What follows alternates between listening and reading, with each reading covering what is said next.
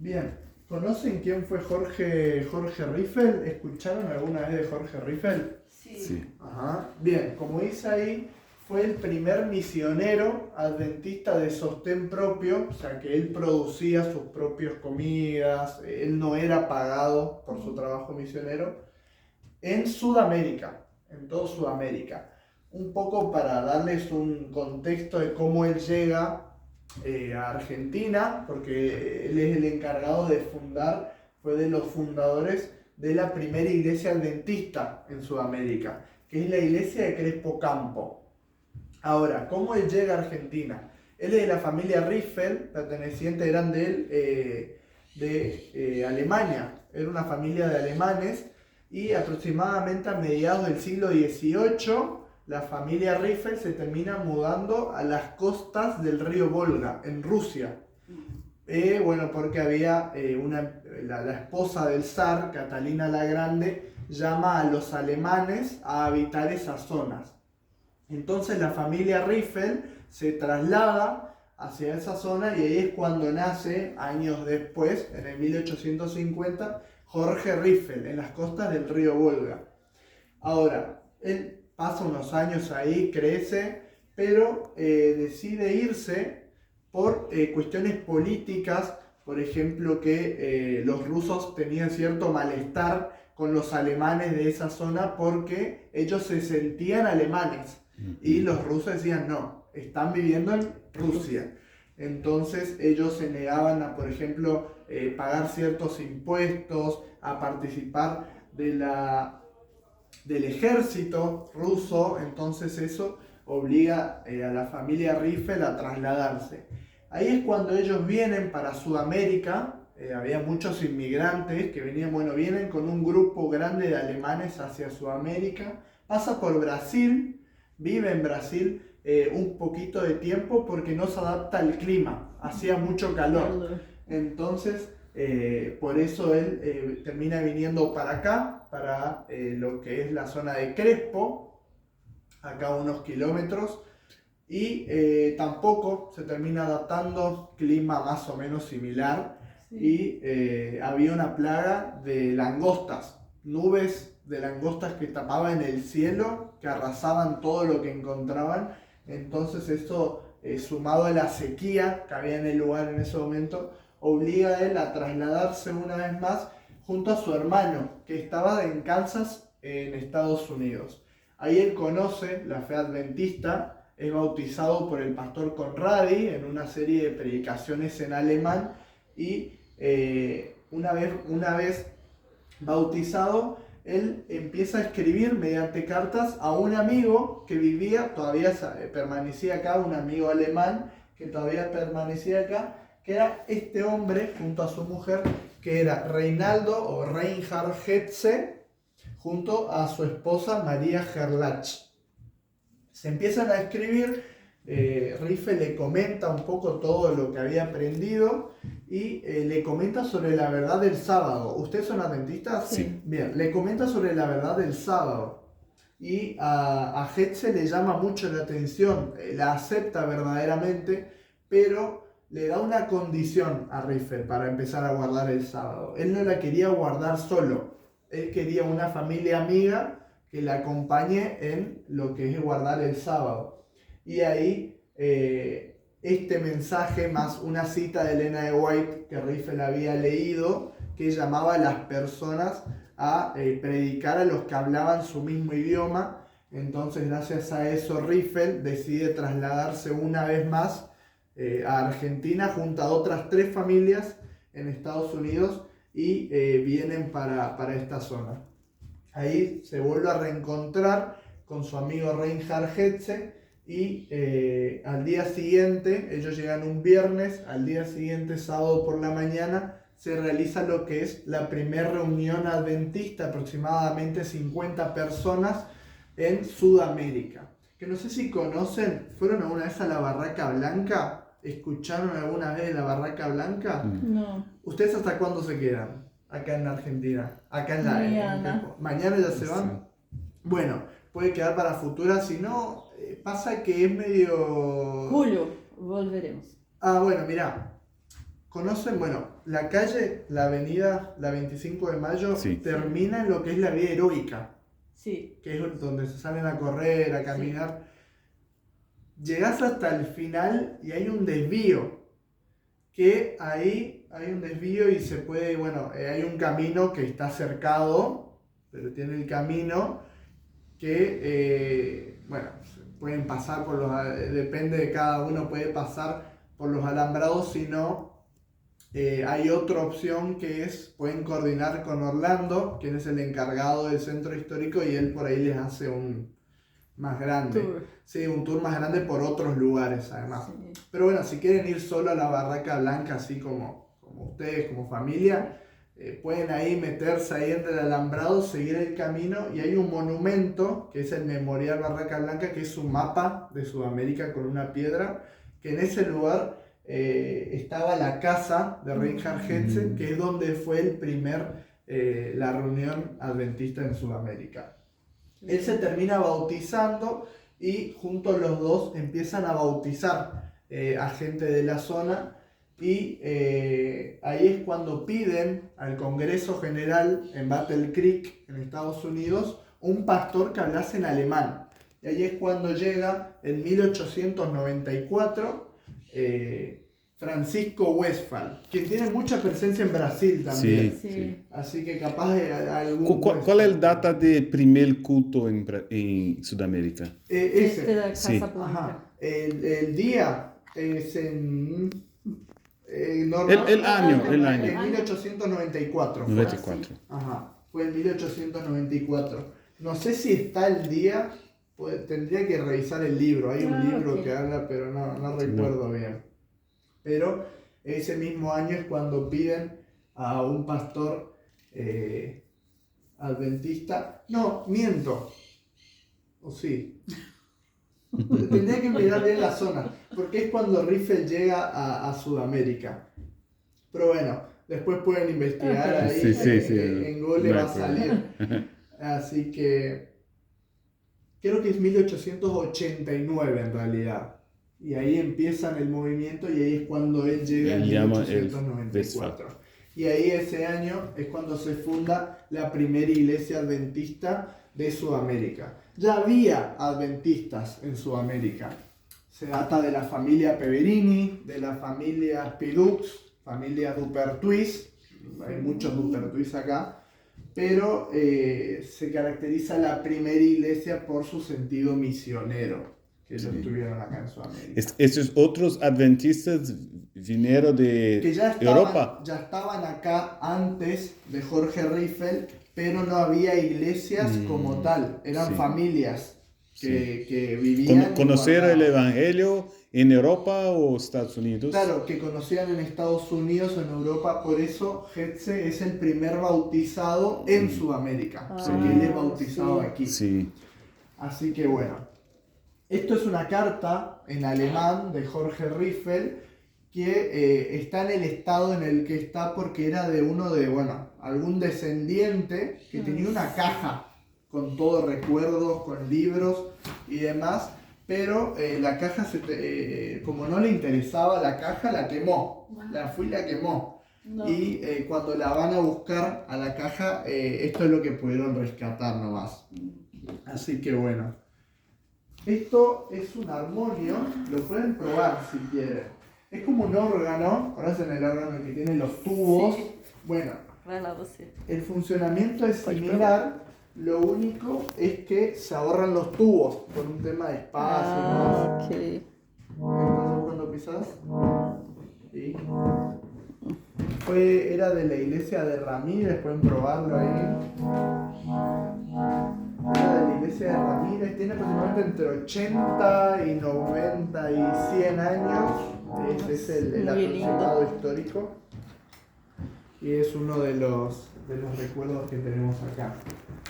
Esta es una biblioteca de algunos libros que pertenecían a los pioneros adventistas de acá. Por ejemplo, acá hay un libro de Patriarcas y Profetas de 1894 que pertenecía a Reinhard Hetze, y este es el libro más viejo del lugar, que tiene más de 300 años.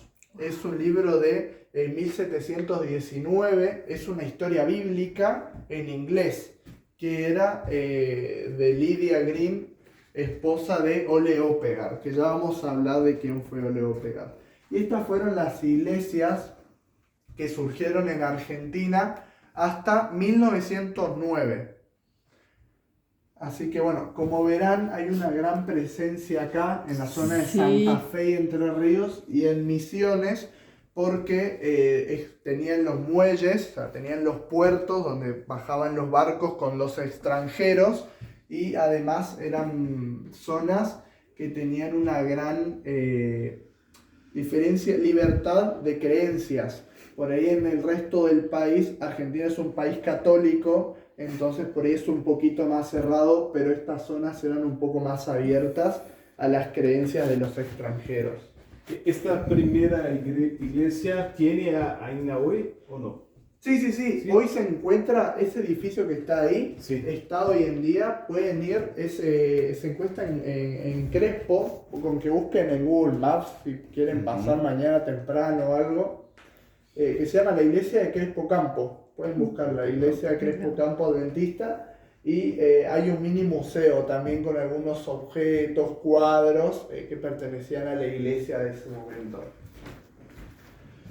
Acá se encuentra un poco de cómo empieza la obra de publicaciones de este lado y de educación. Bueno, acá esto lo pueden probar si quieren, lo pueden mirar. Esto era un escritorio que perteneció a el doctor Daniel Hammerly Dupuy, quien era fue un famoso escritor, tiene una colección de 33 libros. Y bueno, esto es cómo se usaba, habían fichitas, placas de madera, en las que ellos iban recolectando de otros libros, iban guardándolas, y así las organizaban. Entonces cuando se sentaban a escribir, iban sacando mediante lo que las citas que habían escritos en las fichas de madera. Esto en realidad también se abre, se cierra, pero está ya es medio antiguo, entonces esto se abre también, era expansible. Ay, muy lindo. Bueno, este tiene un candado, que no tenemos la llave, pero era expansible también. Y bueno, esto es un chaleco que eran de los colportores, aproximadamente el principio del siglo XX, y un poco para que entren en contexto, ellos tres son los primeros colportores de Sudamérica, que se dedicaban a la venta de publicaciones adventistas y de salud. Ellos eran Craig Nowlen, quien estuvo más en el sur del país y pasó por Chile, Alberto Stauffer, quien estuvo en esta zona de Entre Ríos, Santa Fe y demás, y Elvin Schneider, que como hablaba en francés, se dedicó a la comunidad francesa en Buenos Aires.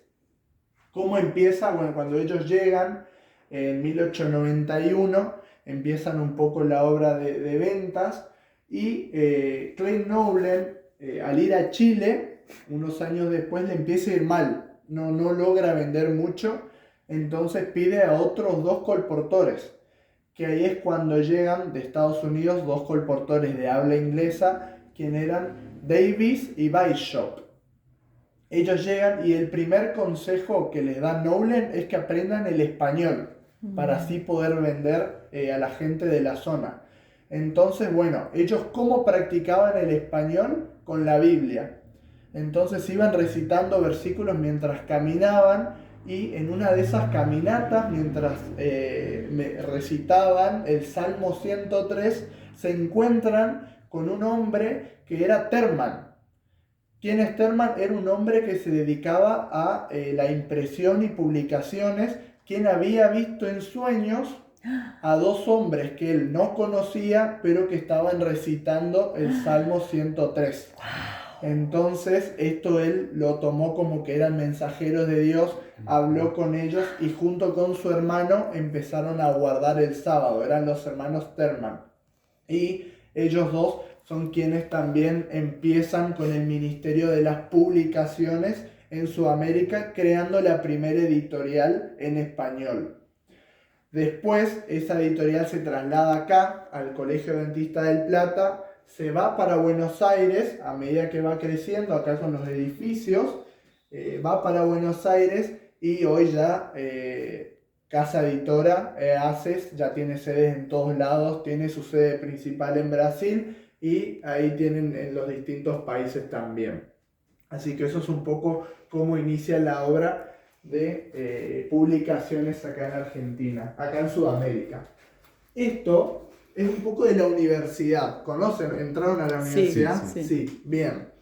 Eso eran letras del expórtico antes se llamaba Colegio Adventista del Plata. Luego en el 90 se convierte en universidad mediante una ley de educación, una reforma. Pero ¿cómo surge? Francisco Westphal sostenía que tendría que haber un inicio de la obra de educación para formar pastores y misioneros y colportores acá en Sudamérica. Y ese era un proyecto que él insistía mucho. Él, en uno de sus viajes de predicaciones, se va para Uruguay. Y ahí es cuando conoce y es bautizado Luis Ernst, quien llega por accidente a una de estas reuniones. Junto a su hermano, ellos buscaban un baile, una fiesta, y terminaron en la reunión y el Espíritu Santo trabajó en ellos. Se terminaron bautizando los dos, fueron los dos los primeros pastores en Uruguay.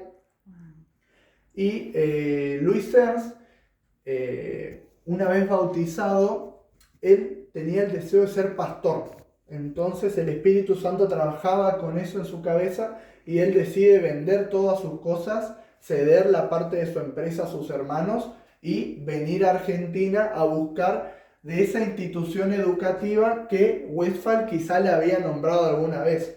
Entonces, justo en ese momento, cuando él llega a Argentina, a esta zona de Entre Ríos Crespo, había un congreso, una reunión de los adventistas de la zona, que estaban todos los que ya nombramos, Hetze, estaba Riffel, estaban todos los adventistas de la zona, y se había debatido esto de la iniciación de un proyecto educativo y se había negado. ¿Por qué? Había varias razones, entre ellas había una sequía, entonces había una crisis económica y aparte los adventistas del momento se aferraban fuerte a que Cristo ya venía. Entonces como que iba a ser en vano poner dinero, gastar fondos en eso cuando no hacía falta y Cristo ya venía en poco tiempo. Ahora, una vez cuando estaba terminando la reunión, llega caminando por el campo Luis Ernst y cuando llega a la reunión pregunta por el colegio de pastores. Y ahí es cuando le dicen, no, justo recién dijimos que no se va a hacer, pero su testimonio en la misma reunión volvieron a tocar el tema y por el testimonio de él terminan habiendo muchas donaciones, entre ellas la de Jorge Luz, que es quien dona gran parte del terreno, que es donde hoy está ubicada la universidad, y gracias a estas donaciones se inicia el proyecto educativo. Primero empieza en Santa Fe, en Las Tunas, un pueblito chiquitito. Empieza la primera escuela de misioneros a cargo de estas dos personas hasta que se termina de construir el primer edificio aquí en 1900, es cuando se abre oficialmente el Colegio Adventista del Plata. Así que bueno, eso es un poco la historia. Estos son algunos elementos utilizados por Godofredo Bloch, quien fue docente y pastor acá de la universidad. Entonces esos cartuchos se hacían a mano, se pintaban a mano. Eran recursos que él usaba para sus predicaciones, para sus clases. Entonces son elementos muy importantes. Wow. Ahí hay un mapa también con un aproximado de dónde están situados hoy las instituciones adventistas aquí en Argentina. Quizás falta alguna que otra, pero ese es un aproximado. Y este maletín, casi me olvido, les comento, Claire Nowlen, el colportor, él estuvo en las Islas Malvinas. Las Islas Malvinas, las Islas Malvinas allá en el sur, y él vendió a la comunidad de galeses que vivía en ese momento. Más de 50 años después aparece este hombre, quien se llamaba Roy Chamberlain, quien es el dueño del maletín, quien también estuvo en las Islas Malvinas. Ahí es cuando él se va a las Islas Malvinas, él cuando va entrando a las casas, ve en los estantes de las personas libros que había vendido Claire Nolan más de 50 años atrás. Entonces también se le da importancia por eso a la obra de publicaciones. Sí. Y este saloncito es un poco más enfocado en lo que es el área de la salud, cómo inicia aquí en Sudamérica. Esto eran estas muñecas bastante tenebrosas, que ahora cuando cierro siempre me vengo primero a cerrar acá, entonces me voy. Esos eran los uniformes de las enfermeras de lo que fue el sanatorio adventista. Estos eran algunos elementos, esa era una balanza para los bebés, se pesaban los bebés recién nacidos. Y bueno, ¿cómo surge? ¿Conocieron el sanatorio? No. Pasaron por enfrente. Sí. Bien. ¿Cómo surge el sanatorio adventista del Plata? La iglesia adventista tenía en Estados Unidos ya eran reconocidos por esto del movimiento pro salud. Sí. Y eso lo querían trasladar acá. También todavía los adventistas acá en esta zona eran catalogados como una secta todavía. Eran bastante estigmatizados. Entonces, ¿qué hace la comunidad adventista? El pastor Francisco Westphal pide que manden un médico adventista para iniciar la obra de salud. Ahí es cuando llega Roberto Havenich, quien fue el primer médico adventista en Sudamérica. Él, cuando llega en diciembre de 1901, llega a la zona de Aldea Jacobi, que es cerca de Crespo también, por esa zona, y pone su primer sanatorio, su primer consultorio. Claro, su consultorio, que se dice que su primer paciente fue la esposa del comandante del ejército de Crespo. Entonces rápidamente empezó a tener un buen renombre. Él era un hombre muy esforzado en su trabajo. No solo era médico, también era pastor. Él hace la primera iglesia en Paraguay, en Encarnación. Trabaja mucho en lo que es Misiones, Formosa, Chaco, en el norte del país. Eso era mientras él todavía no podía ejercer como médico por los trámites y demás. Sí. Y después era un hombre muy esforzado en su labor. Se habla de testimonios donde cargaba a jóvenes, a personas en sus hombros, y cuando crecían los ríos él tenía que ir nadando porque la carreta ya no podía pasar. Y ahí el consultorio era bastante casero. Las operaciones se hacían en la mesa de la sala. A veces cuentan los hijos que estaban comiendo y tenían que sacar toda la comida porque caía Roberto Havenich con un paciente. Sí. Pero los hijos también, el hijo mayor, por ejemplo, se cuenta que preparaba junto a su madre la anestesia para los pacientes. Entonces era una familia muy comprometida. Ahí es cuando él en 1908, como él era docente, él era director también del Colegio Adventista del Plata. Entonces él sostenía que el sanatorio tenía que estar al lado. Sí. Entonces, junto a lo que era la edificación del Colegio Adventista, se crea una casa de 8 habitaciones, de 2 pisos, y ahí empieza un poco más grande, ya con más pacientes, que venía gente de todos lados. A veces no podía dormir de estar todas las noches atendiendo a las personas. Y un año después se hace la primera construcción del Sanatorio Adventista del Plata, que es esto, que hoy todavía está en pie. Si ustedes entran al caminito donde se entra al sanatorio y doblan para la izquierda, un poco rodeando el sanatorio, hay un caminito, van a ver esta estructura que es de color rosado, que hoy está todavía. Vamos. Así que bueno, pueden pasar por ahí. El parque está abierto, así que pueden pasar por cualquier hora. Y bueno, Cuando se abre el sanatorio, se abre como hospital escuela. Esto en 1912, y ahí es cuando tenemos la primer promoción de enfermeros, quien habían aprendido ahí en el sanatorio, donde destacamos a Pedro Calvermater, quien es el dueño del bolso, ese que está ahí atrás, que tiene una historia similar a la de Desmond II. No sé si recuerdan Sí, el sí. objetor de conciencia. Él en el Sí. servicio militar, él se había negado a trabajar los sábados, por lo que recibía mucha violencia por parte de sus generales y de sus compañeros. Y bueno, y hay testimonios de cómo él, cómo Dios va acomodando todo para que él no haya tenido que trabajar los sábados. Así que bueno, Havenich, cuando bien conocen Granix, No. la empresa, bueno, acá en Argentina había una empresa de cereales. En Brasil también había una, que era dentista, no me acuerdo cómo se llamaba. De Boom. cereal, não, como é o nome do cereal da Superbom? Superboom. Superbom. esa. Bueno, similar a Superboom, en Argentina hay una que se llama Granix, que es en todo el territorio y en los países limítrofes muy conocida en la producción de cereales y de alimentos saludables. Havenich, cuando viene a Argentina, trae una máquina de cereales de Kellogg's, que él había comprado de Sí. Kellogg's, que también era una empresa de la iglesia en ese Sí. momento. Y esa máquina estuvo abandonada mucho tiempo, ya que nadie la sabía usar.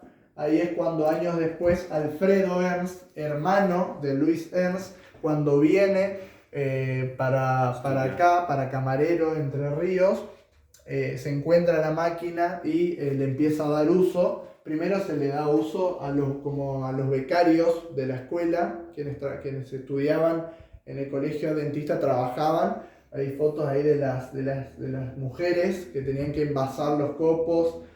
Bueno, este hombre que tenía que llevarlos en el camioncito. Y en 1938 se funda como una empresa de la iglesia dentista, Granix, como una empresa de cereales. Y bueno, y para terminar, ahí si quieren sacarle fotos, esos son los títulos Sí. de Roberto Havenich, un poco para darle... O que é estos copos de maíz? cereales. Ah, Cereal. Ujú. Sucrillos. Ahí no hay, Sucrillos. allá arriba. ah, sí, sí. Esos de esos. Ajá.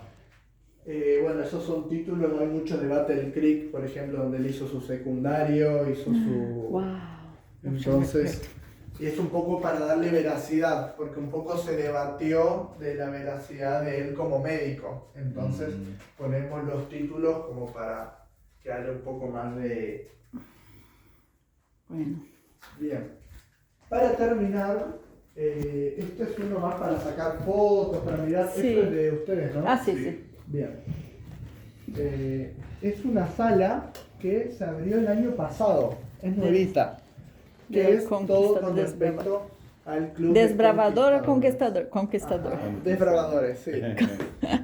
Así que bueno, son recolecciones que tuvimos, donaciones, está todo hecho con donaciones de parches y demás. Mira, cara, que Así que ahí hay remeras también que son donaciones, así que si tienen alguna remera de algún club de Brasil, Ah, se vamos pueden a trazer. donar para tener, o algún parche que tengan de la asociación. Sim, ¿verdad? eu tenho vários. Eu tenho Muitos. Aqui tá faltando de pioneiro, né? Ah, não, pioneiro tá, né? Amigo, companheiro, pesquisador, pioneiro, está faltando de guia. Claro, pasa que en ese momento No las tenía. clases progresivas pertenecían a lo que es la sociedad de jóvenes Sim. y solo estaban las primeras 4. Como ven acá, estas bandas eran de la sociedad de jóvenes antes de la creación del club. Entonces las azules eran de señoritas, los marrones eran de hombres. Muito lindo. Ujú.